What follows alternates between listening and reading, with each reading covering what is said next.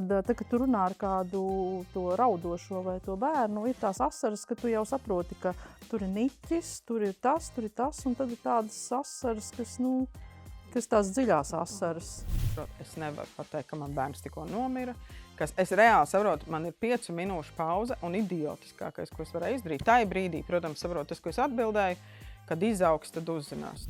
Tur Putina valoda, tur to visu terādi, viņi izdeva ārā. Jā, un seju garām, un tas nogurums no tā visa ir, un vispār no visa, un es tāds, lai ir. Šis ir podcasts Domedis, un mēs visi strādājam skolā. Šī ir vieta, kur atklāt dalīsimies ar savu pieredzi un situācijām. Ar šo vēlamies uzsākt sarunu par skolotāju darbu, lomu, pienākumiem, atbildībām, par skolas dzīvi kopumā, jeb kas lācītam vēderā. Mēs parādīsim, ko nozīmē darbs mūsu skolā, ko nozīmē izglītība kopumā, tās ietekme, kā mēs veidojam attiecības, kādas ir mūsu ilūzijas, bažas, uzvaras un kritieni. Tas ir mūsu pieredzes stāsts. Un ceram, ka tas tev dos iespēju sadzirdēt, uzzināt, kritizēt vai nosodīt, varbūt pieņemt vai pielāgot to tavai situācijai un vajadzībai. Klausies, domā līdzi un iesaisties domvedis sarunās. Šī epizode ir par un ap neērtajiem jautājumiem, par drosmi runāt, par atklātību un drošo vidi, kas ir pamats, lai vispār šādi jautājumi tiktu ienesti skolas dzīvē un ikdienā. Šodien sarunā piedalās Antons, skolotājs un klases audzinātājs, Daca, skolas direktore, Evija, sociālais pedagogs un audzinātāji. Pirmais jautājums tātad ir, kas tev pašam ir neērts jautājums skolā ikdienā? Man liekas, manā uzturē, piemēram, neērts jautājums būtu runāt par kādu atalgojumu, darba pienākumiem un tādām lietām, kas mums katram ir vairāk vai mazāk atšķirīgi un kur uzdodot jautājumu var justies slikti vai saņemot atbildi var justies slikti, bet es saprotu, par ko tu domā. Tās ir tās tēmas, smagās, nopietnās, par kurām mēs sakam, ka tas ir neērts jautājums, jo vienkārši mēs negribam par to runāt, bet man nav skolā neērti jautājumi pagaidām bijuši. Un tev šķiet, tas ir tavs dzīves pieredzes dēļ? Kas ir tas, kāpēc? Vai darba dēļ, ko tu dari, darba specifikas dēļ? Es nezinu, man liekas, ka tas ir tīri kaut kāds tādas, jā, varbūt, grūti, dzīves pieredze. Pieredze mums, es domāju, ka tas ir varbūt kaut kāda tāda skatījuma uz pasauli, jā, tieši tā. Uztvers kaut kādā ziņā. Jā. Man šķiet, ka tas ir mūsu skolas iekšējais konteksts. Ko tu ar to domā? Šeit ir izveidota vide, kur mēs runājam par neērtām tēmām, par ērtām, par neērtām, un tas konteksts ir izveidots, ka ir telpa daudz gadījumu neērto, par kuriem mēs te varam droši runāt. Un tas ir drīzāk darba vietas konteksts, un, protams, arī cilvēki ir salasījušies tādi, tas bars, kas mums te ir. Ok, bars. Jā. Bet atbildot uz tavu jautājumu, laikam, ka katru dienu ir kaut kādas neērtās tēmas, sakot no mācību sasniegumiem un kaut kādām situācijām, un visbiežāk tas notiek, kad ir pārkāptas kaut kādas manas iekšējās robežas. Var iedot piemēru, lūdzu? Iekšējā kārtības noteikumi. Tās ir tavs iekšējā kārtības noteikumi, ka aiz sevīm ir jānoslauka, kas ir pats par sevīm saprotams. Visi taču saprot, bet īstenībā nē. Un kad šo ir jāskaidro, un ļoti bieži jaunieši šo uztver ļoti personīgi, piemēram, kāpēc man ir aiz sevīm jānotīra galds. Es to nedarīšu. Jā, šī tēma. Un, tev uzreiz kaut kas man tas prātā, piemērs, zini, par kuru es domāju. Es zinu. Par to galda tīrīšanu. Jā. Tā īsti, tā kā nav neērta tēma, bet tas bija jocīgākā mana saruna ar vecāku skolēnu, ka man zvana vecāks un saka, ka bērnam nav jānoslauka galds pēc citiem pēc pusdienām, jo mums skolas kārtībnieki ir tie, kuri paliek novāc kopējos tos termosus, katrs novāc savu šķīvi. Tie skolēni katrs novāc šķīvi, bet kārtībnieki saslauk to, kas ir uz zemes un noslauk galdu. Un man zvana tētis un saka, ka mēs eksploatējam bērnus, ka tas pārkāp bērnu tiesības, ka viņiem tas nav jādara, katram pēc sevis ir jāsavāc. Bet mēs dzīvojam sabiedrībā, mums ir kaut kādi pienākumi grupā vienam pret otru, un kā Antons teica, tie noteikumi arī, kas mūs te vieno. Bet tad ir tās, tu nevari saprast, kā atbildēt, jo es saprotu, ka tajā mirklī man pilnībā, tad tas būtu tas neērtais jautājums ar pieaugušo, skolēnu vecāku, jo tajā brīdī es saprotu, ka mums galīgi nesakrīt vērtības. sāku šaubīties par to, kāpēc viņi ir vispār šajā skolā, ja viņi tam nepiekrīt, jo ir vairāk bērnu un jau ilgstoši viņi ir šīs skolas klienti nosacīti. Un vienalga viņiem šis ir tas jautājums, kas viņu ģimenē tiek attīstīts, negribu teikt kultivēts, bet viņi to atbalsta, to, ka bērni neveic šādus pienākumus. Un tad, kā es noklausījos, ko viņš saka, un skolas juristi pat man atsūtīja likuma pantus, ko es varu likt nākamajā sarunā, bet nebija nākamā sarunas. Es domāju, ka būs. Es biju sagatavojis ar to, ka civillikums nosaka, ka bērniem ir pienākums, mums katram ir pienākums. Tas bērnu pienākums sadarboties ar citiem un veikt kaut kādus darbus kopienas labā. Un kas ir tā? Tā ir tā sadarbība, ka mēs arī kopā uzturam tīru un kārtīgu vidi. Tur gadījumā nebija tas, ka tev tēvs zvanīja un šo te prasīja, kāpēc tas vispār ir jādara un kad nav jādara bērnam. Un arī meitene pēc tam teica, ka viņi kāds kaut ko maksā un netaisos, tad tagad tīrīt. Tā ir nepietiekoša motivācija, vai ne? Jā. Viņa ir kaut kāda interesanta uzbūvēta motivācijas sistēma, pie kuras viņa negrib to darīt, jo nav pietiekams burkāns priekšā. Nē, tas drīzāk vairāk bija par to, ka viņas status neļauj tīrīt galdu aiz citiem. Kad bērnus audzina dažādi ģimenēs, kas arī ir tā audzināšanas metodas, arī ir tikpat vērts jautājums. Bet man patīk viņas attieksme īstenībā. Viņa tur tajā savā pozā, ja tā var pateikt, vai ne, ir tik pašpārliecināta, ka es to nedarīšu, un jūs neizmainīsiet manu viedokli. Jā, bet nav pamatojuma, kāpēc. Jā. Bet vienīgais, kas man patīk, ir viņas tas iekšējais stāvoklis, ka, viņa to dara, tur nav tā kā pretestības. Viņa saku, tu esi kārtībniece, saslaukt grīdu. Viņa tāda, ne, es to nedarīšu. Jā. Tas ir par attieksmi. Tas ir par attieksmi, jā, bet man patīk, ka tur tādā mirklī nav tādas, slodzes, tāda tā kā spriedzes, jā. Vai arī es esmu tā to izdarījis, ka viņa nav izveidojusies. Jo es zinu, ka ir citi skolotāji, kuriem tas izraisa nereālo spriedzes slodzi un tur tā kā pretestība. Dusmas, jā, ne, bet, protams, tie bērni to nedara ar agresiju un tā. Jā. Viņi pēc tam, tas ir viņa veids, kā viņi notirgo to ideju, lai klasbiedrs to izdara. Jā, arī. Prasme apgūst, prasme tiek apgūst. Tas ir tā, bet tas ir par audzināšanu, jā, kad kā katru audzina. Ja mūs visus tā audzinātu, tad mēs neko kopā nevarētu darīt vienkārši. Jā. Tas par tādu nākotnes kaut kādu lietu. Bet es zinu, ka ir ļoti daudz jautājumu, ko ienes bērni vispār iekšā jūsu skolotāja ikdienā, piemēram, kvadroberi, nāves un slimības, eksperimentēšana ar dzimumu lomām. Ir bijušas, piemēram, ļoti lielisks piemērs man pašai bija. Mēs bijām kabinetā un ieskrien pie mums viens no skolotājiem, saka, ko man darīt, meitene ir sākušās pirmās mēnešais, un es nezinu, ko klasē ar šo darīt. Kas ir tas, jo mamma nevar sazvanīt, tur, respektīvi, tā reakcija uz to, kas tagad ir jādara? Skolotāja pirmā pieredze ar šo ir. Vēl ir arī par slimībām noteikti, kas notiek tajā laikā. Ko jūs ar to darat? Kas jums ir? Kā jums šķiet, kas jums ar to ir jādara? Tu dzirdi vai saproti, redzi, kaut kas nav, tur jūs pārunājat. Un tad tu atbilstoši tam savam iekšējam resursam pieredzēji, vēlmei gribēji runāt par kaut ko. Mēģini runāt ar to situāciju. Tas ir tas, ko mēs šeit darām. Mēs vienmēr runājam. Ja tu neatbildi, tu rodi vietu, kur tas skolēns var meklēt atbildi fórumos, TikTokos, visos pārējos sociālos tīklos, kur tā informācija nav pārbaudīta. Ja uzdod nērtu jautājumu vai sarežģītu tādu, kurus neesmu gatavs atbildēt, labāk tad pasaku, ka es tavu jautājumu dzirdu. Es šobrīd nevaru atbildēt, man ir grūti atbildēt, bet es zinu, kam pajautāt, un vai tad es atbildēšu to vēlāk, kad es noskaidrošu, vai es tev aizdīšu pēc cilvēku, kurš var atbildēt. Tas ir tas, ko es dzirdu šajā, ka tas varētu būt jautājums par pirmajām mēnešreizēm, par seksu, par seksuālām attiecībām. Par nāvi arī? Jā. Arī. Arī mājdzīvnieku, tuvinieku nāvi, tas viss ienes tev jaunu tēmu, par ko tu runā. Es pagājušajā nedēļā nodarbībās runāju par paškaitējumu ar skolēniem. Es esmu dzirdējis no lielo skolu kolēģiem, kā tas ir. Es zinu, ka skolēni dara tādas lietas, bet man bija svarīgi viņam izstāstīt un parādīt.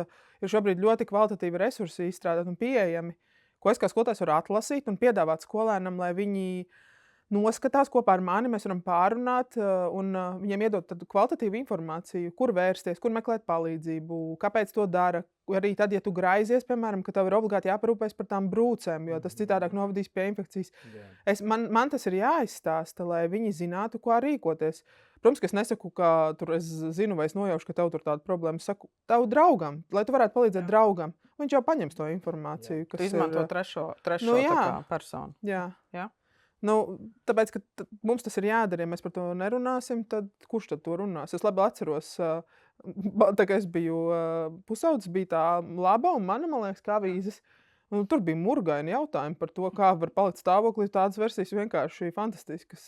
Zinātne nebūtu. Jā, man paskatījās, es jau esmu stāvoklī. Nu, Vai tā ja es tur bija tā bučojos, jau. vai es jau Jā, varu, bet tādi jautājumi jau nemainās. Tā kā. Jā. Nu, pa lielam viņi nemainās. Vienkārši mainās tas, kur bērni meklē atbildes uz tiem jautājumiem. Un ja mājās neviens nerunā, tā kā seksa nav, attiecību nav, nekā nav, tad kur tad, lai viņi iet un jautā? Viņi jautā vienaudžiem un meklē sociālos tīklos. Un ņemot vērā, ka tik brīvi pieejama informācija, nu, tās atbildes ir vājprātīgas, ko viņi atrod. Evī, tu esi kaut ko dzirdējusi? Tādu vājprātīgu? Nē, nu, zini kā. Tas Zinu, viss, kā. dzirdēts jau ļoti daudz, kas es tā domāju, nu jā, par to runāšanu, cik daudz mēs par ko runājam. Nu, tā kā man pagājušajā nedēļā bija diezgan tāda aktuāla tēma tieši nāve. Nu, kā tas ir, piemēram, mājās bieži vien vecāki, nu, tā tieša saruna jau nebūs. Nē, nu ir, protams, kur arī ir tās sarunas, bet skolā un bērndārzā jau par to jārunā patiesībā, jo mums jau katram, ne tikai pieaugušajiem, bet arī bērnam, mums katram ir kaut kāda nāves pieredze, ja teiksim, sauksim tās par attiecībām ar nāvi, jo, nu, vienalga, kanārija putniņš, zivtiņi, ja, tur... Nedod Dievs, protams, kaut kas nopietnāks, tur brālis vai māsa kādam un tā tālāk. Un tad tas bērns vienkārši ir tāds, nu, mazs ķīlnieks, ja viņš nezina tās lietas, jo, nu, arī šobrīd man sanāk diezgan daudz runāt jauniešiem. Viņiem tagad šobrīd ļoti vienkārši liekas, nu, pašnāvība, izdarīšu pašnāvību. Un tad, kad viņam prasa, nu, bet tu saproti, tu vispār saproti tā vārda, kas tas ir pašnāvība. Es izdarīšu pašnāvību, nebūs problēmas tur tā. Un man liekas, ka tur ir tā lieta, ka viņi jau nesaprot līdz galam to, kas tā nāve ir. Par nāvi, protams, runājot, tas varbūt mēs varam runāt gan duetā, dialogā, bet varbūt, ka to vajadzētu pat darīt tā kopēji, jo man nesen te bija arī, es aizvietoju stundu, mēs runājam par bailēm, un tā bija 3. klase, pat vairāks. Un viņiem tās domas ir, jo viņi runājot par savām lielākajām bailēm, bija tādi, kas teica, ka viņiem ir bail nomirt jauniem. Un tad bija tie bērni, kas teica, ka viņiem ir bail, ka nomirs viņu vecāku, un viņi nezinās, ko iesākt. Bet tās sarunas, protams, nav vienkāršas. Jo, ņemot vērā to, ja mēs runājam klases priekšā par nāvi, tad tev jāsaprot to, ka tur katram tiem 15 bērniem viņiem ir pilnīgi savs kaut kāds tas viss. Un tev ir jābūt, nezinu, jāsaka, tik zinošam vai tik, nezinu, ekstrasensoram, lai tu to saprastu, lai tu neuzspied uz kādu tām vājajām, jūtīgajām pogām tajā brīdī. Un, jā, runājot tā acu uz acu, tas ir savādāk, tas ir vienkāršāk mazliet. Tas, ka tā problēma ir, ka par to ir jārunā, tas ir arī par to liecina tas, kad pagājušajā nedēļā bija situācija, kur viena maz meitene uztaisīja drāmu, vispār tur histērija un it kā pamatā ideja viņi visiem, nu, viņi runā par to, ka jā, tur skolotāji nelieši nodevēja, jo apsolīja viņai tur pateicību, un viņa atnāk uz skolu pēc slimošanas, un viņai neviens neiedod to pateicību, un viņai, nu, un viņi ir arī tas bērns, ko mēs jau visi tā ļoti labi zinām, ka jā, nu tā ir, viņi mēdz taisīt histēriju, bet viņi nomierinās un tā, un es viņu paņem kabinetā, mēs runājam, un tur ir tā nianse, kad tu runā ar kādu to raudošo vai to bērnu, ir tās asaras, ka tu jau saproti, ka tur ir niķis, tur ir tas, un tad ir tādas asaras, kas tās dziļās asaras.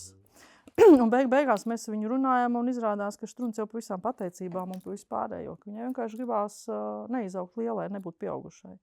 Un kāpēc? Tāpēc, ka nomirs vecais tēvs un vecā māma. Nu, lūk. Un otrs gadījums bija arī tāds, kad, varētu teikt, 2 bija tādi, kas jau tādi lielāki jaunieši, kas runāja par to, ka viņi izdarīs pašnāvību. Un es tā domāju, kā tu tādām tīnim tagad pateiksi, ka tas ir stulbākais, ko tu vispār savā dzīvē var izdarīt. Jo viņam liekas, ka tas būs atrisina visas problēmas. Es saprotu, ka cilvēkam nav jādomā par to, ka, ko es nodarīšu mammai, ko es nodarīšu tētim, kā viņi jutīsies. Protams, tas tā jau, tas būtu pārāk smalki. Mēs jau neviens par to nedomājam tādos brīžos noteikti. Es nezinu, droši vien. Un viņiem nav tās izpratnes par to, kas tas vispār ir. Bet nav tā, ka katram vecuma posmam ir, zini, tas, ko viņi var tanī brīdī saprast, Un vienkārši pusauģu vecumā, nu, protams, ka viņi ir ļoti stipri ietekmēti no mēdījiem, vai ne? Un viņi saka to, ko redz īsti. Tur, nu, tas, kas tiek popularizēts, būsim godīgi. Bet nav tā, ka tas ir jautājums, ka katram vecumposmam ir sava atbilstoša emocionālā sapratne par jautājumu, un viņiem vienkārši nav tās sapratnes, tāpēc viņi ar to mētājās tik viegli, un viņi arī nevar saprast. Nu, zinām, nē, man liekas, ka nevis tur ir kaut kāda katram vecumam tā sapratne, bet tas ir atkarīgs tieši no tās pieredzes, jo, jo ja tev nekad nav bijusi dzīvē tāda saskarsme, un tu vienkārši spēlē video spēles, un tu redz, ka tur taču, vienreiz nošauja, viņš vēl 15 dzīvības viņam palikušas. Un tad es liekas, kas tad tur tāds?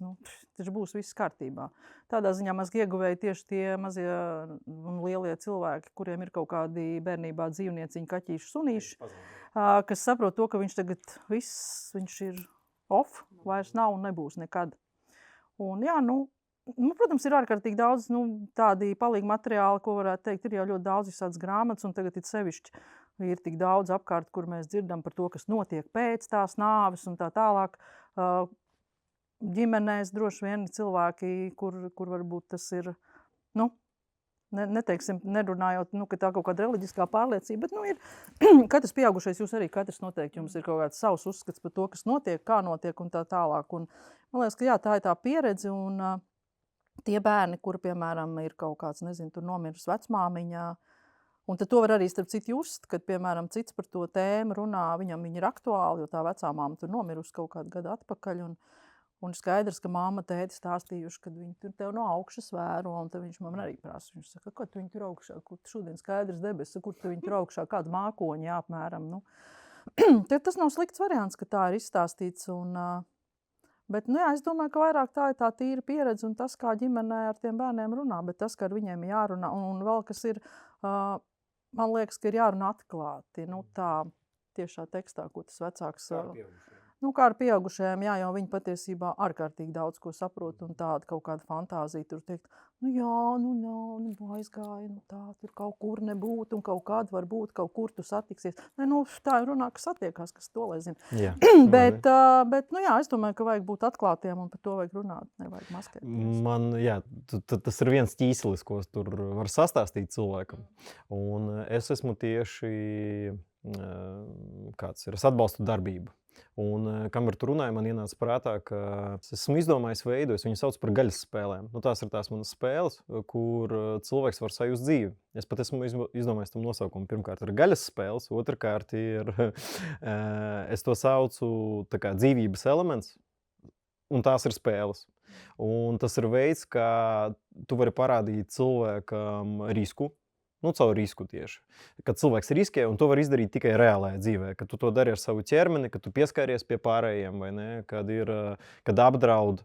Piemēram, viena no manām mīļākām spēlēm, ko es spēlēju arī pagalmā, ir, viņa saucās Astes. Visu viņu laikam spēlējāt. Ir tā aste izdomātā, un tad tu viņu vari pazaudēt, un tu vari arī iegūt.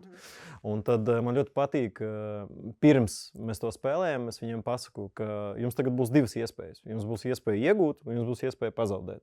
Ja tu pazaudē, tev ir iespēja atnākt un paņemt vēl vienu. Līdz mirklim, kamēr tur tās rezerves astes nebeigsies.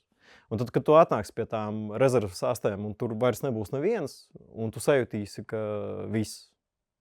Spēle ir beigusies, priekš manis un dzīve ir beigusies. Ko tu sāksi darīt?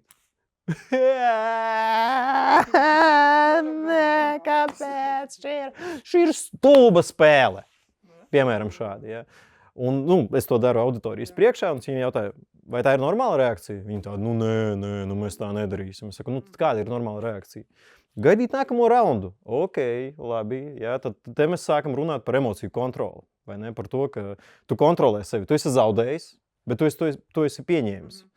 Un tad viss, jā. Un tad būs nākamā raunda nav dzīve. Ir dzīve, taču visu laiku turpinās. Mēs runājam tikko lejā par grābekļiem, vai ne? Par grābekļiem un par spaini, vai ne? Ir vienmēr tas grābeklis, un tu kāpsi uz vienu un tā paša grābekļa, kamēr tā nebūs. Jā, pašnāvības gadījumā nav otra iespēja. Par to. Tieši tā. Jautājums, cik tuvu cilvēks atnāks pie tās robežas. Nevajag spēlēties. Nevajag. Mēs runājam tagad par spēlēm. Nevajag spēlēties ar dzīvību. Jā, bet tad Es pabeigšu Jā, to jā. domu par to otro pusi. Ir tātad tie, kas zaudē astes, un ir sanāk tie, kas no visiem salas astes. Nu, kaut kāds esmu tam iedevis iesauku, tas ir Sigma, kurš ir salasījis visas astes, viņam tur uzreiz milzīgs žoklis, un viņš ar tām astēm, un tas lepnums un tā vara. Es saku, vai tā ir normāla reakcija? Nu, tā kā uzvarēt visus un justies tur vientuļam, tā kā, ja, viņi tā, es tā nedarīšu. Es tur draugam iedošu asti. Un caur šādām spēlēm var parādīt spēja pieaugušajam un pusaudzim nolaisties līdz spēlei. Jo mēs augot, tā kā pazaudējam to dzīves elementu, paliekam ļoti nopietni. Un tas ir tas, ar ko es šodien cenšos ļoti daudz strādāt, un arī ar sevi. Ir sajust to vieglumu, to spēles vieglumu, lai caur viņu sajust dzīvi. Tā taftoloģija ir sanākusi. Un cilvēks spēlējot, grib dzīvot. Jā, bet skaties, tas, kas ir tās spēles, tagad riskantās spēles, ir tās, kur tu redzi video un tu gribi pamēģināt. Un tas mēģinājums tikai vienu reizi. Iespējams, ka tu tiešām idiotiskas rīcības dēļ esi viss beidzies. Kolosāls. Tikko pateici, jā, bet Jā, tevis tu vairs pareizi nav. pateici. Jā. Šis ir tas, kur, ja tu tagad liec to spēles elementu, man pašai liekas, beigais risks. Nu, tā kā tā spēle, tas vārds spēle. Spēlējos ar nāvi. Un te jau ir tas, ar ko mēs esam saskārušies, ka mums nāk arī vieslektori runāt par uzvedības dažādām lietām, kur tās spēles elements ir, ka to šobrīd ļoti veiksmīgi izmanto pieaugušie, kuri manipulē ar jauniešiem, un arī mūsu skolā ir nokļuvuši WhatsApp grupās un dažādu sociālo tīklu grupās, kur viņiem liek darīt pilnīgi absurdas un vaiprātīgas darbības, kā piemēram, ka pēc vidusskolā pieaugušiem puišiem vajadzētu filmēt, kā viņi nokārtojas un ar sūdiem smērēt sienas un pēc tam sūtīt tos video kādam cilvēkam, kurš to ir viņiem licis kā uzdevumu, un viņi to tiešām dara. Kas ir tā manipulācija, kurai tie bērni pakļaujas, bet tās spēles tās ir tavas kontrole. Tu kā pieaugušais kontrolē to, ko dari, bet ir pieaugušie, kuri to kontrolē citu nolūku vadīti. Šis ir tas, ko es gribēju teikt. Tu liec viņu iekšā šajā mācību procesā, un tu viņu kontrolē. Un tad, ja viņš viņu Tu māci viņam prasmes. Interesanti. Es, protams, esmu dzirdējis par to, ko tu stāsti, ka ir kaut kāda cilvēks. Tas zilais valsts un visās tās spēles arī, kur ir pašnāvības jāizdara. Tās vada kāds pieaugušais, kuram ir konkrēts mērķis, kāpēc viņš manipulē ar jauniešiem. Kāds mērķis? Es nevaru, to es daudz maz kaut kā varu iedomāties, bet es nevaru iedomāties to pusaudzi. Tas taču ir jau pusaudži, lielākoties. Kurš ir... Kādam ir jābūt iekšējiem emocionālam stāvoklim, ka tu notici kaut kam tādam un to pieņem kā normu. Tas ir tas par to, ka tev nav neviena pieaugušā sakarīga blakus, ar kuru tu vari, jo tas arī mājās, piemēram, mēs runājam par to pašnāvību tēmu. Es 8. klasē par to paškaitējumu runāju, un viņi prasīja, vai man ir pieredze. Jā, man ir pieredze, man teica izdarīja pašnāvību, kad man bija 11 gadi, bet ko viņi darīja? Viņi sāka smieties puiši, un viņi paši nevarēja kontrolēt tos emocijas. Es to neuztveru personīgi, bet saprotu, ka viņi nezin, kā reaģēt uz to. Tā ir tabūtā tēma. Jā, un viņi vienkārši smējās, un viņi atvainojas man, un viņi paši nesaprot, kas viņiem notiek, tāpēc, ka viņiem mājās vispār viņiem tā tēma tiešām liekas tāda tabū, par ko nedrīkst runāt, un viņi arī nemāk adekvāti uz to reaģēt. Un tāpēc ir tā, ka aizsardzības mehānisms, ka saprot, ka tu ar to informāciju netiec galā, un vēl viens paņem un atklāt šo pasaku. Bet arī man ir tā, ka es tagad varu mierīgi reaģēt. Es arī varēju sākt raudāt un iziet no klases, bet ir gan ilgs laiks pagājis, ka es varu normāli un adekvāti uz to reaģēt. Bet mūs jau arī kā pieaugušos var iztrigerēt kaut kādas konkrētas lietas. To man arī gribās savējo piemēru izstāstīt. 7 gadu atpakaļ. Daļa skolēnu zināja, ka es gaidu pirmo meitu. Un tad, kad bija beidzies, viss krietni ātrāk nekā es gribēju, es aizēju uz skolu, es vedu bērnus ārā un man paprasa, kas tev bija un kas piedzima. Un es tajā brīdī stāvu un saprotu, es nevaru pateikt, ka man bērns tikko nomira.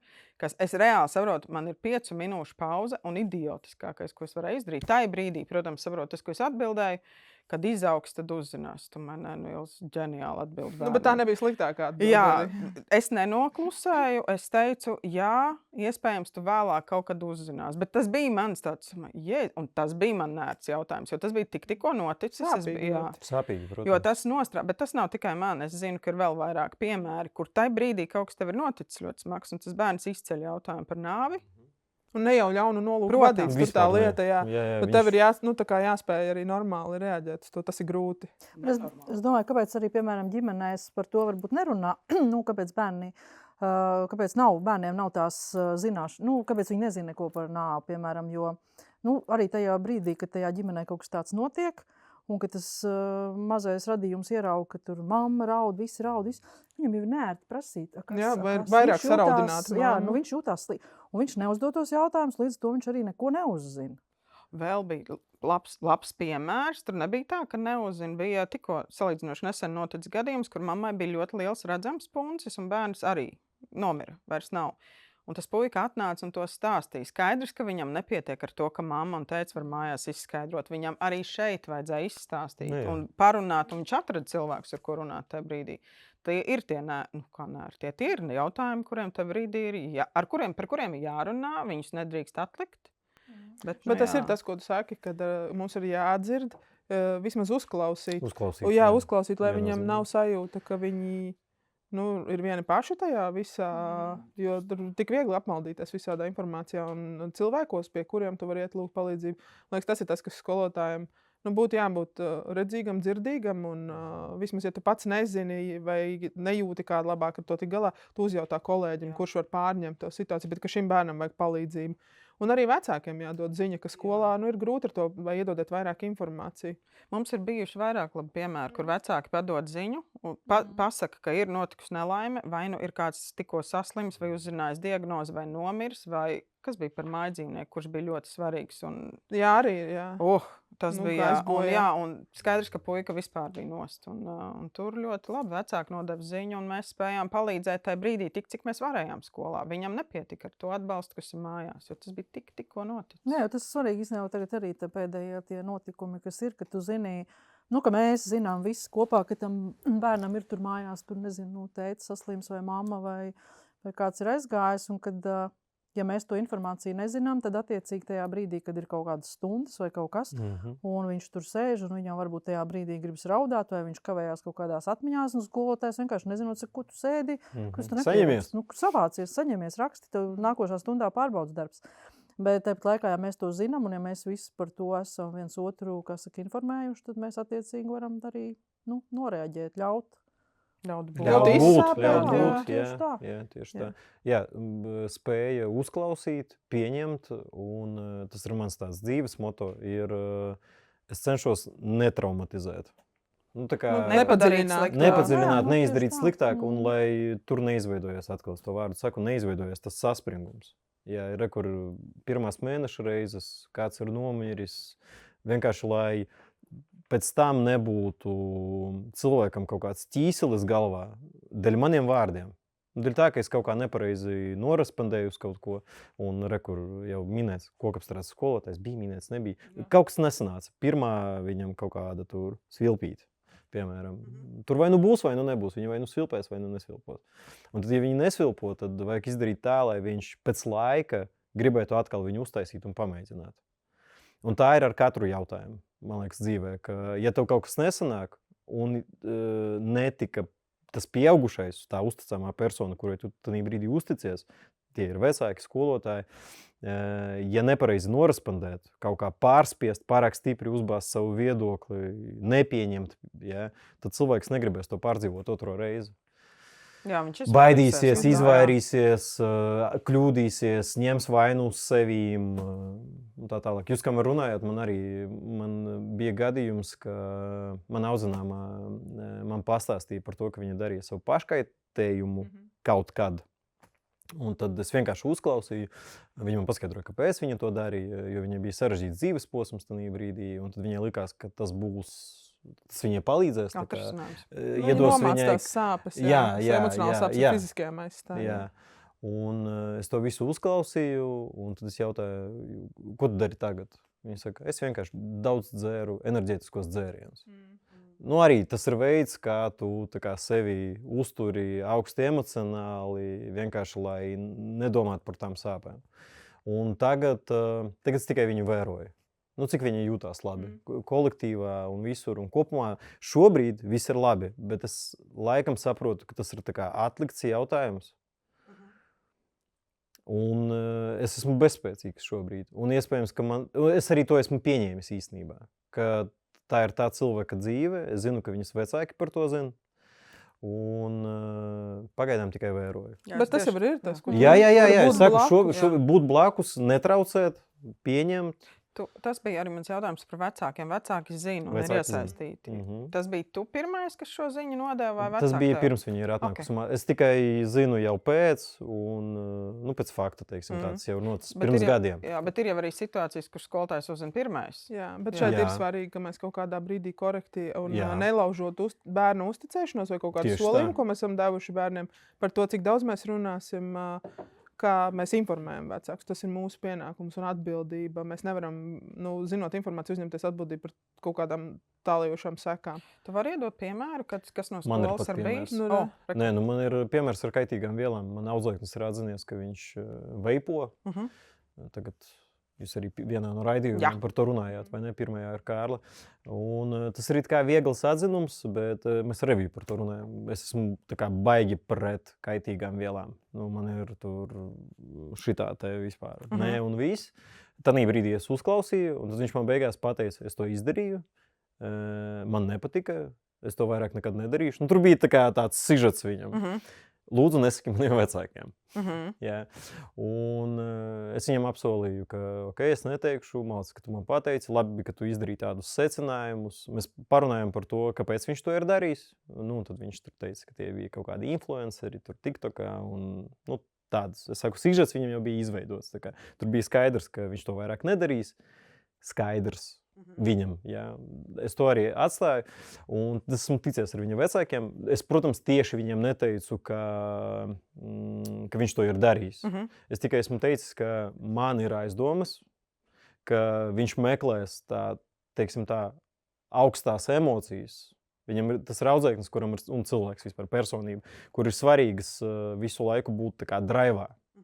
Un kaitīgās vielas arī ir viens no veidiem, kā būt draivā. Un es saku, jums ir jāpasako, kā viņš jūtās. Vecāki to novērtēja, to tavu?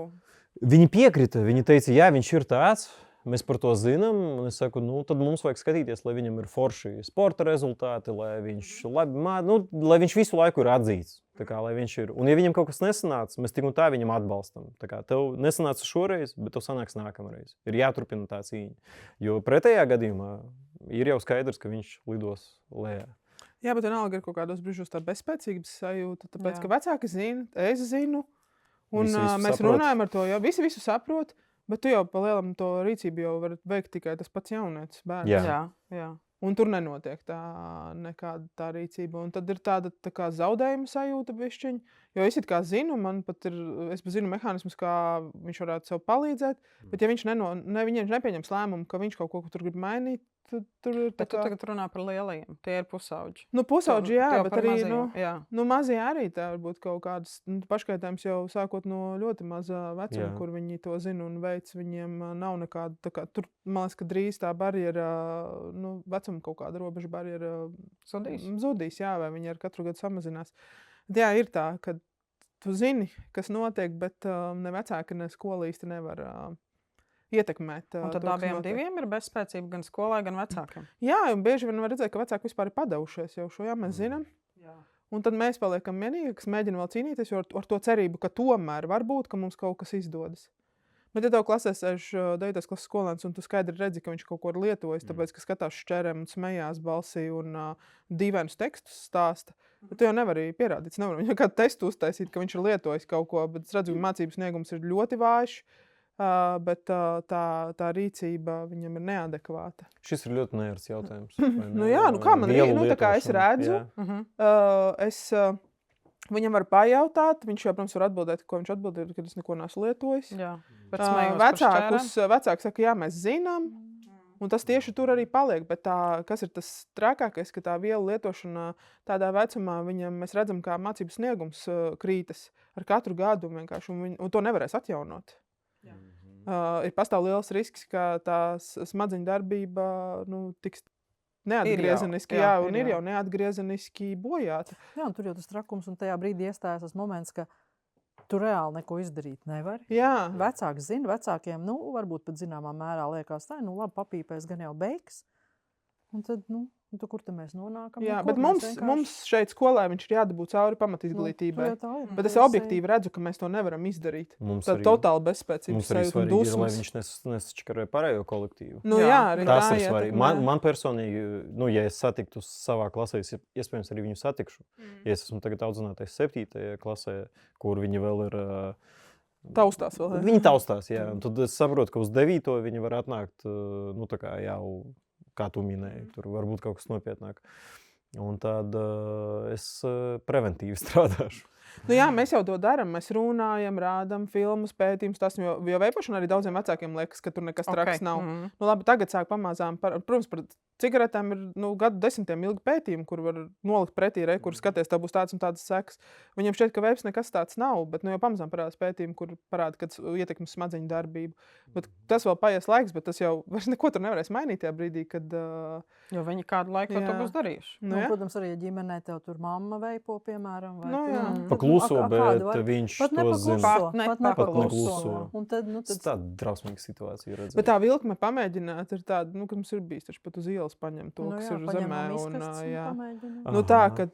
Jo to ietekmē visu tā vēlme piederēt kolektīvam, parādīt, ka es varu, paskaties, ka es atzinību kaut kādu nopelnīt. Un tur jau atkal citi iemesli, kāpēc viņiem vajag to atzinību. Un šis ir vieglākais un lētākais veids, kā to darīt. Tā kā iegūt vienaudžu kaut kādu atzinību, mēģināt piederēt grupai. Šie visi jautājumi tādi reāli, ir smagi grūti, un tad tu ej pie Evijas, pajautā, ko darīt, tad mēs domājam kopā rīcības plānu, kā lai to, jo kas visās šajās sarunās ir svarīgi, ka mēs nepazaudējam to jaunieti, viņš nepazūd. Mēs varētu mierīgi izsaukt policiju, uztaisīt reidu, tieciet ar viņu galā. Mēs to arī esam darījuši. Mēs esam to darījuši, bet ne tāda mērķa vadīti, lai mēs varētu atkratīties no šīs problēmas. Mēs vienmēr mēģinam to noturēt, lai tas bērns grib ar mums nākt un parunāties. Saspringums aug. Mūsu uzdevums kā skolai ir noturēt to viņu vēlmi atnākt un izstāstīt, hei, man ir riktīgs problēmas, varbūt tu man vari palīdzēt. Atstāt to, lai nav tā, ka skolās nevienam vairs nevar uzticēties, visas tur vairs ne pie viena neiešu. Pie kā tad viņi beigās ies, ja ne pie vecākiem nevar, pie skolas nevar? Uz ielas. Mēs tas to negribam. Skolai ir jāskatās uz to, lai... Tas arī ir izglītošanas process, un tās visas sarunas, protams, tas nevienmēr iekļaujas stundās, bet es to uzskatu kā mūsu atbildību zināmā mērā arī. Mūsu skolotāju? Bet tikpat labi skolotājs var arī to neņemt. Tas arī ir fajn, ka bet iespējams, ka viņš pat nevar paņemt. Nevar, tieši tā, ka tas nav tā, ka tas ir tā kā būtu forši, ka katrā skolā būtu bērniem iespēja aiziet un parunāt par šo jautājumu, bet es apzinos arī, ka objektīvi iemeslu dēļ tas var nenotikt. Bet ir arī baigi, piemēram, kā rīkoties tādā situācijā, ka tu ejot pa ielu, nezinu, tu redz, kur viņi tur stāv un pīpē. Tad tu atnāc uz skolu un kaut kādā kontekstā parunājies, kā iet. Tu kaut ko lieto? Nē, ko jūs esat? Nē, es neesmu vispār nevienu rokā turējis. Un tad tā skatās, tu tiešām vakardien tur pie tramvaja. Jūs ko, Nē, nevar būt. Tas nebija es. Ko darīt? Bet viņiem ir jādod zināt, ka mēs zinām. Man liekas, tas ir tā kā, mēs nevaram izlikties arī. Un tā nav varas spēle, tā kā to varētu mierīgi izmantot. Tā kā es pateikšu to vecākiem, tu labi nemācīsies. Pazvanīšu un pateikšu, ka tu veipoji tur pie veikala. Bet, kad viņiem, kad tu esi pamanīts, vērot, tās patiesībā rūpes tu izrādi par to skolēnu, ka viņš ir svarīgs. Un vēlmi palīdzēt. Un vēlmi palīdzēt, un tu vari to pirmo sarunu veikt, un ja tu jūti, ka tur galīgi nebūs, tad, protams, ka neko. Mums bija tā krāsaina, priekš manis personīga situācija ar meiteni, kuru... Krāsaina? Krāsaina, tāda spilgta. Es vēl mācos latviešu valodu. Par šo mēs vēl pārunāsim. Bet priekš manis spilgta, un viņa palika manā atmiņā, ka tas suns, kas mums bija reidā, pieķēra meiteni ar cigareti, arī meiteni ar cigareti.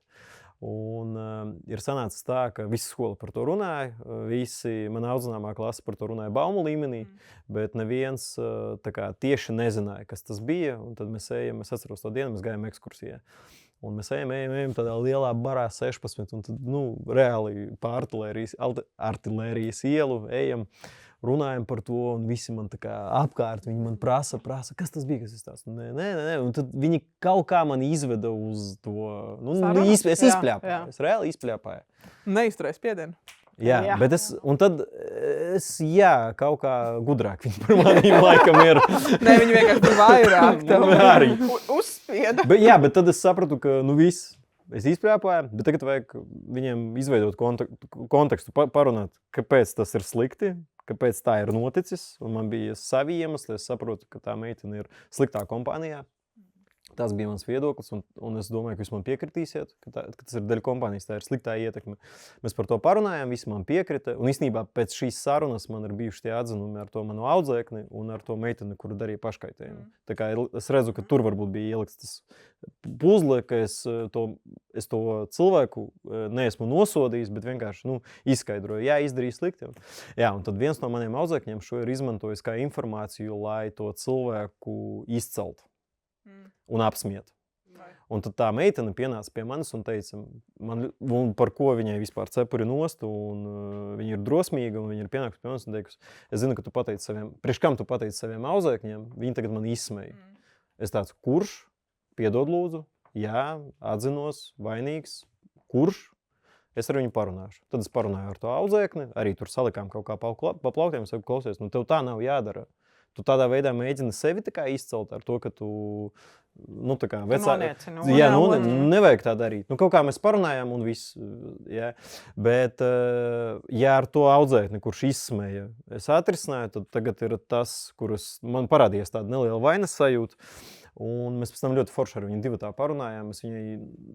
Ar to meiteni? Ar to meiteni, kuru pieķēra ar cigaretes. Viņa man mēģināja rast kontekstu, ka viņa nav vainīga, ka tas nav tas, ko tu domā, tā ir nejauši sanācis, ka man ir bijusi tā cigarete un tā tālāk.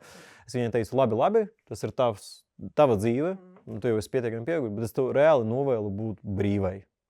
Brīvai no šīs sūda. Un tagad ir mirklis, ka tu vari izlemt, tu būsi brīva vienmēr no tā. Vai tu būsi tādā slazdā. Un es viņas acīs ieraudzīju, ka viņa saprata, ko es ar to gribu teikt. Viņa saprata, bet viņa joprojām ir slazdā. Es gribēju. Tā ir tas ir viņas lidojums. Tas ir viņas lidojums. Bet tu iedevi savu viedokli, tu iedevi savu redzējumu. Tas ir tas, ko es arī gribēju. Vēl viena no lietām, piemēram, reliģija ir kutelīgs jautājums. Tautība ir kutelīgs jautājums. Jā, reliģija, tautība. Un kas ir tas, kur jūs ejat kā skolotāji iekšā ar savu viedokli un savu pārliecību, un savukārt bērns saka, man ir pilnīgi cita. Nezinu. Tas, ko tu tikko teici, tur ir par tavu viedokli. Tu iedevi savu priekšstatu un pārliecību, kā tu redzi to situāciju. Bet ir arī vesela virkni jautājumu, kuri vēl var šādā veidā reliģija, tautība. Tāpat kā politiskā pārliecība. Politika, seksualitāte, nauda. Kas ir tas, ko ar šo dara skolotājs? Jo tādi jautājumi skolotājiem jābūt neitrālam, paužot. Es varu mācīt, kas ir reliģija, ka ir dažādi cilvēki dažādi pielūdz to, ko viņi pielūdz. Un tas arī viss. Jā. Es neriskētu prasīt dalīties, kas tu esi. Neizceltos kaut kādi konflikti. Bet es tikai informatīvā līmenī. Bet viņš tev grib pārliecināt, ka viņa taisnība, viņš to arī zina. Jā, vai nu saku, paldies, es tevi dzirdu. Ir ļoti labi, ka tev ir tik stipra pārliecība. Mums katram ir savas vērtības un visu, un aizvirz lēnām prom. Un parasti jau nav tā, kad līdz tā kā pilnīgi dusmīgs paliek, ka tu nedzirdi. Ja divi iecērtās un saka, man ir taisnība. Tas ir tā, cik tu stingri tā pasaki, ka neapšaubābi, ka mēs par šito beidzam runāt. Piekrītu tev. Jā, nav pat ko. Bet rekur, man liekas, ka ir vieta, kur Antons lai izstāsta. Piemērs. Pēc Ukrainas kara sākuma, kas notika? Jā, man visi uzdod jautājumus, kāpēc man ir tāds drausmīgs krievu akcents. Un es saku, ka esmu krievs. Un tad tur parādās parasti jautājumi. Vai es atbalstu Putinu? Vēl joprojām? Vairs to neuzdod jautājumu, bet es atceros stāstīju. Man pirmā darba diena, es sagatavojos ļoti foršu stundai, dizains un tehnoloģijas, un es viņiem tur pirmās 7 minūtes stāstu, ko mēs darīsim, kādi ir sasniedzamie rezultāti.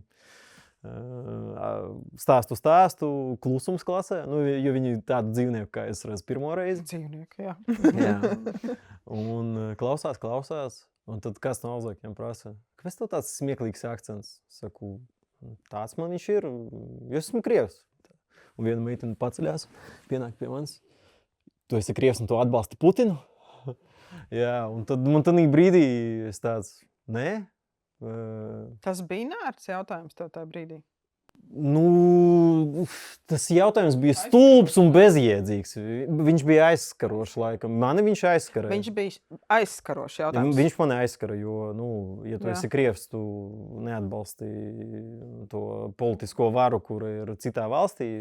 Latvija tomēr, es arī paskaidroju, ka esmu krievs. Es atceros, ko es teicu, ka esmu krievs, ka Latvija ir mana dzimtene un ka mēs te esam daudz īstenībā. Mēs te ļoti daudz esam krieviski runājošie. Un ka tas ir normāli, ka Latvija vispār ir daudztautību valsts.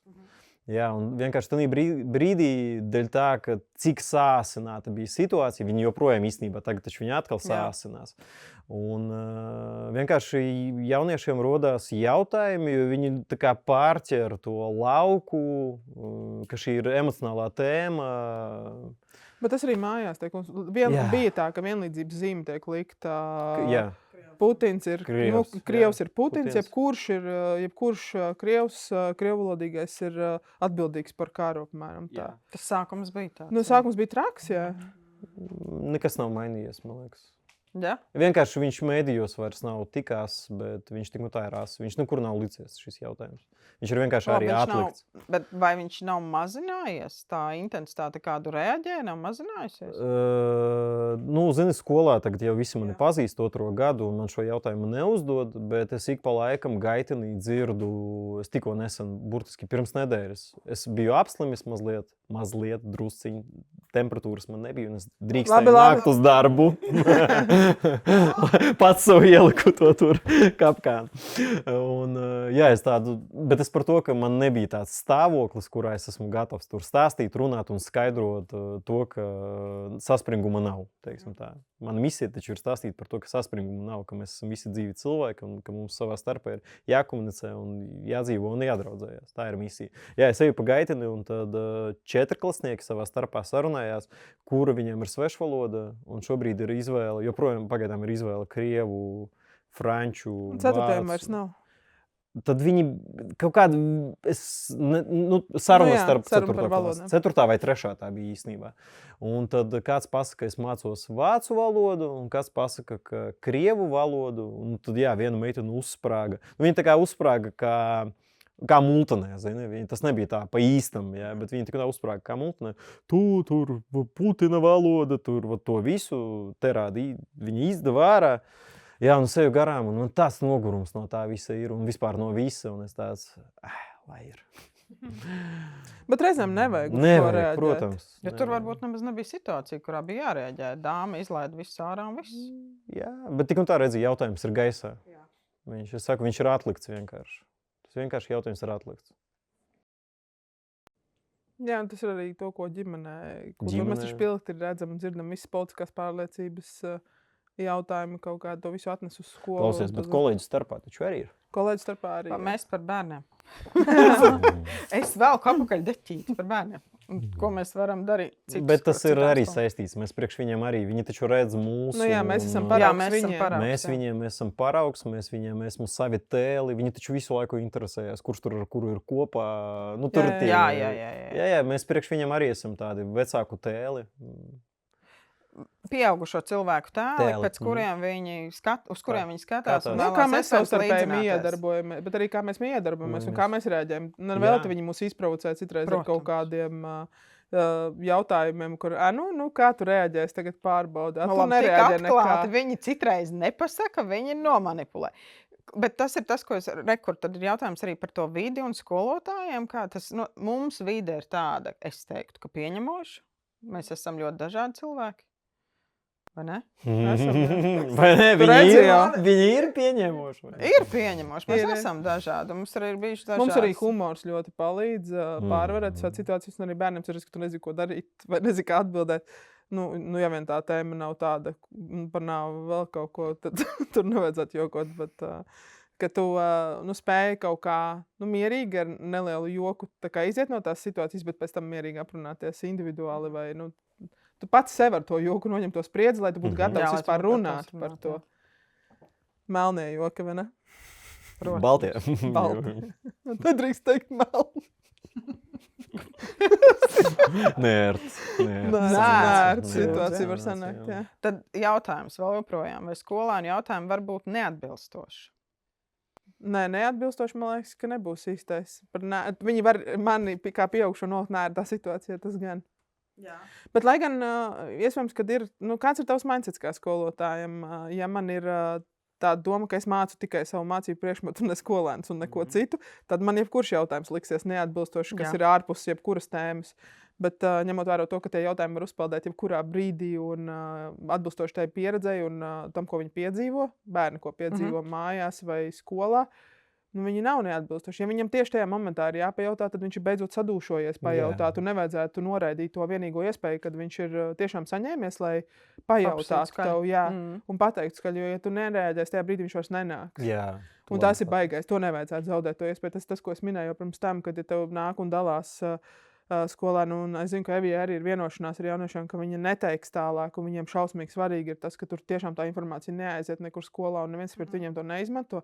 Nedrīkst pazaudēt uzticēšanos un to iespēju, ka skolēni jautā. Tas nozīmē, ka mēs ar šo sarunu aicinām runāt par neērtajiem jautājumiem skolā. Jā, atbildēt. Mēģināt atbildēt, ja arī nesanāk. Meklēt palīdzību, ja vajag. Brīnišķīgs atbalsta personāls. Drīkst arī pateikt, ka es nezinu. Tiešām nezinu tavu atbildi uz tavu jautājumu, bet tu esi atbildējis ar to. Bet iedod to cerību, ka tu painteresēsies vai pajautāsi kādam, noskaidros, kā tu vari palīdzēt. Jo kam bērnam ir svarīgi, viņš ir devis tev signālu, ka vajag palīdzību, nevajadzētu to noraidīt. Man liekas, ka teikt, es nezinu, ir super atbildīgi. Jā, nevis izdomāt kaut ko. Jo šobrīd cilvēki tik daudz runā lieki un mēģina par katru fujeku pateikt kaut kādu savu viedokli. Kaut arī viedoklim vienkārši nav jābūt. Un es reāli pats mācos tam. Teikt, es nezinu, kā to izdarīt, bet es pajautāšu Ivaram, piemēram. Vai es vienkārši šobrīd nezinu? Jā, šobrīd nezinu. Es uzzināšu, es tev atbildēšu nākamajā tikšanās reizē. Un viņi atcerās par to. Protams. Bet es arī par to atceros. Tas ir foršs signāls arī par to, ka arī skolotājiem nav atbildes uz visiem jautājumiem. Un ir jautājums, kuriem nevienam nav atbildes. Mēs vienkārši varam atbilstoši savai intuīcijai un pieredzēji kaut ko mēģināt atbildēt. Jā, un tā ir laba tēma par bailēm. Par to, ka atzīties to, ka tu nezini, ka tu šobrīd nevari. Bet man liekas, ka vienmēr ir jāiedod tā cerība, ka atbilde tomēr ir, un mēs kopā varam atrisināt viņu. Un man pat bijuši ir tehniskie jautājumi, kuros audzēkņi ir bijuši advancētāki par manīm. Un es tā mazliet lepojos par sevīm, par to, ka tanī brīdī teicu, ka jā, es nezinu, kā to izdarīt, palīdzi man lūdzu. Ja tu zini, palīdzi. Jā, un palīdzēja arī visticamāk. Un man patika, protams, man paveicās tanī brīdī audzēkņa reakcija, bet tas ir dēļ vides, kuru mēs esam raduši tanī brīdī. Ir bijusi superīga, normāla, viņš nav uzlicis kroni uz galvas, viņš tāds, jā, tūlīt parādīšu. Parādīja, visu izdarīja, un tas bija forši.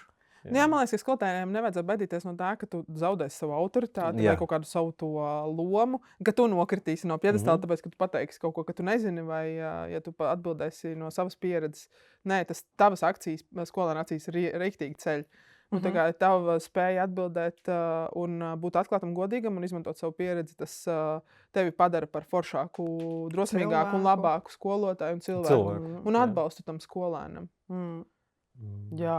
Skolotājs ir cilvēks, arī cilvēks. Jā, personīgi, profesionāls cilvēks, profesionāls, kā mēs te pēdējā laikā nodalām. Tā ir, tu varbūt esi spēcīgs profesionāls, bet tev ir nepieciešams atbalsts vairāk kā cilvēkam vai otrādāk.